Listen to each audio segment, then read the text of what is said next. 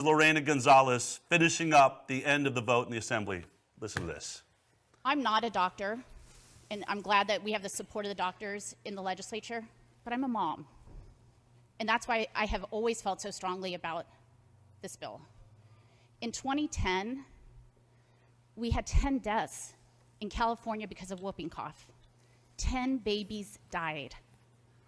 That's wait. Hold on, stop the video. Stop the video. Hold on a second. 10 babies died of whooping cough. This is what Lorena Gonzalez just said. Remember, if you're watching this show, you're lucky that you can see it because they keep saying we're spreading misinformation. Don't listen to Del Bigtree or Bobby Kennedy or anybody else. That's misinformation. Okay, I looked into this. What 10 deaths is she talking about in 2010? Well, luckily for us, people write about these things. There's actually an archive of the information. This is Los Angeles Times discussing these deaths. Did they die from whooping cough? Or is it possible they died from medical malpractice? Here's what the article had to say. A disturbing theme has emerged in an analysis of all 8 cases of California infants who died from whooping cough this year. Despite the patient's multiple visits to clinics and hospitals, doctors typically failed to make a swift, accurate diagnosis. Really, in several cases, the infants were treated only for nasal congestion or mild upper respiratory infection. Dr. John Tallarico, an immunization official with the California Department of Public Health, wrote in a recent letter to healthcare providers statewide. By the time these infants developed severe respiratory distress, it was usually too late for any intervention to prevent their tragic deaths, meaning these deaths could have prevented had the doctors had any talent or knowledge, or maybe if they hadn't been staring at their TV and screaming, those damn unvaccinated kids, and actually learned to do their job, actually learned how to diagnose a child that had the same trivial childhood illnesses that they've had for millennia. If you actually stopped just painting by numbers in the way that you dealt with medicine, these children would still be with us. But Lorena Gonzalez wants to pin it on whooping cough and, yes, the anti-vaxxers that must be stopped, those unvaccinated children. This is insane. Clearly, medical malpractice is the issue here.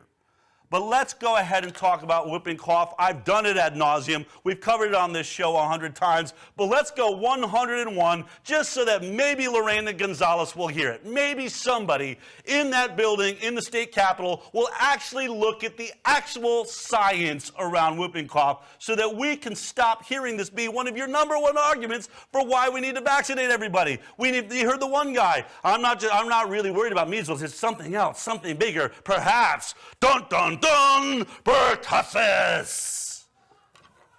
Morons. God, it's hard to watch.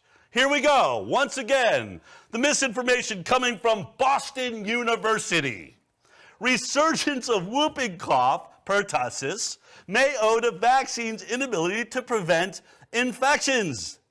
This disease is back because we didn't really understand, didn't know jack about whooping cough or the immune system. This is what they're admitting. We are totally boneheaded about this. We didn't understand how our immune defenses against whooping cough worked and did not understand how the vaccines needed to work to prevent it, said Christopher J. Gill, Associate Professor of Global Health and lead author of the article. Sounds like he should know what he's talking about. I don't know if this is a guy that's out there spreading misinformation. Instead, we layered assumptions upon assumptions and now find ourselves in the uncomfortable position of admitting that we may have made some crucial errors.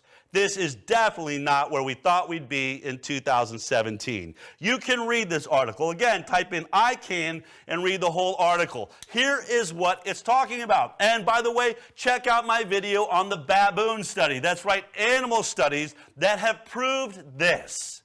The whooping cough vaccine does not, cannot, will not stop transmission of whooping cough. Did you hear that? Will not, cannot, does not stop the transmission of whooping cough. All it does is stop your symptoms.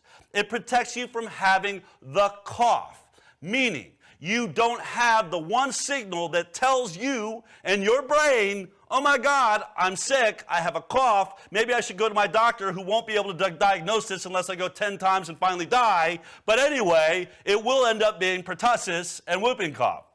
You're going to take away the signal that makes you know I should probably stay home. I should probably stay away from these 8 to 10 babies or 20 babies whoever Lorena Gonzalez thinks is at risk. It is the vaccinated person that is the danger. They are a silent assassin with pertussis. They are walking amongst children not knowing that they are carrying it.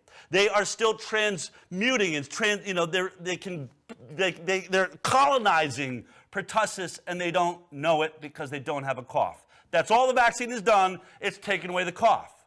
So now we have outbreaks. And what this article is talking about, that the resurgence, the outbreaks all over this country and all over the world of pertussis are because these people are walking around in society around our children, our kids, around each other, not knowing that the vaccine didn't actually stop them from being passers and carriers of pertussis. Unfortunately, it gets even worse. This is the latest discovery about one of the greatest failed vaccines in history. This is PubMed, Pediatric Infectious Disease Society. So if you want to say, Oxford academic, is this misinformation? Explain to me how. The 112-year odyssey of pertussis and pertussis vaccines, mistakes made and implications for the future. Here's all you need to know, folks. This is it. This is in a pro-vaccine journal by a pro-vaccine doctor. Here's what they're going to tell you about your child who you just got, and Lorena Gonzalez, who just made you get a pertussis vaccine.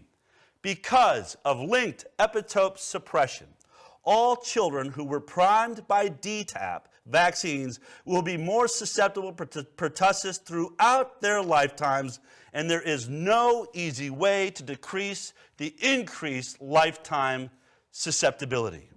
It goes on. Since 1997, the DTaP vaccination policy has created a cohort of people, the number of which is expanding yearly, who are more susceptible to repeated clinical illness with B. pertussis infection than are DT without pertussis, meaning had they not gotten the pertussis, the whole cell pertussis.